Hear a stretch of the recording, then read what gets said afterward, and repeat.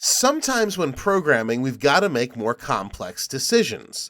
This video is brought to you by OppiPies Academy. That's why Python offers us a more complex structure for conditionals known as if-else-if. We've already looked at if statements, but now we're going to look at a situation that's more complex. Let's say we've got to assign letter grades based on a numerical grade. Well, there's several different options there. The grade could be A, B, C, D, etc. So let's start by asking for the actual numerical grade. So we'll create a variable called numGrade, and we'll get that from the user. Enter the numerical grade. So that'll be the prompt, and whatever the user enters will be assigned to numerical grade. Now first we can say if the numerical grade is greater than or equal to 90, then traditionally the letter grade here would be A. So we'll assign to letter grade the value A. Now we can't simply say else because there's other options. So instead of else, we're going to use something called else if or elif in Python.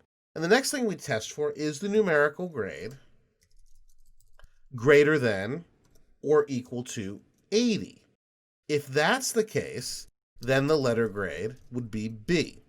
And we're simply going to follow this pattern all the way down until D. So numerical grade greater than or equal to 70, well, then the letter grade is a C. And numerical grade greater than or equal to 60. I had a teacher who used to say that D was for dumb. That's not very nice, but it's kind of funny. All right, so there we go. Now, if the grade doesn't meet any of these criteria, if it's not greater than or equal to 90, if it's not greater than or equal to 80, 70, etc., then else we know that in this case, the grade is going to be an F. I see a little typo I made right here. So now, once we've processed this, we should let the user know that the letter grade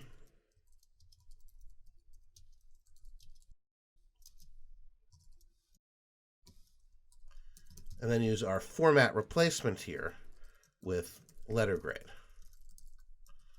So here's how the program's going to work. The user is going to input a numerical grade. It'll be assigned to this numGrade variable. We'll test and see if it's greater than or equal to 90.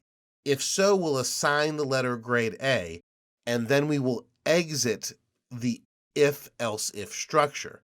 If not, we'll then test else if numerical grade greater than or equal to 80.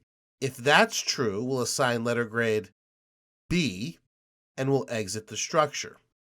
So if not, then we'll test is it greater than or equal to 70.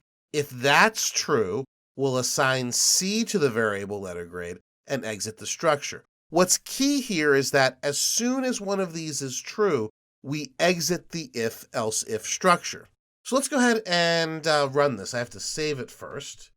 So I'm going to save this in my now famous Python folder. There's documents. Oops, we want desktop and Python.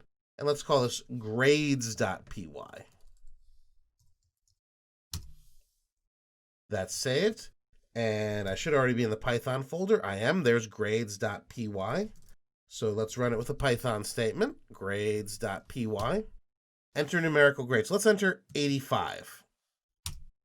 The grade is B. Looks like it works. Let's test another case. Let's say 100. Letter grade is A. So far, so good. Let's try one below 60. That would be an F grade. So 45. The letter grade is F. So our responses all make quite a bit of sense. This actually works perfectly well. Now, remember here that because we're using if-else-if, if more than one of these conditions applies, only the first one will get processed. So, for example, if the grade is 91, That's greater than or equal to 90, and letter grade will be assigned A. And then we exit, because 91 is also greater than or equal to 80, but we never run this part of the if-else-if statement because we've already found a true condition. So it's short-circuit evaluation. As soon as one of these is true, we're out. You're going to find this structure extremely useful in all sorts of situations in your development career.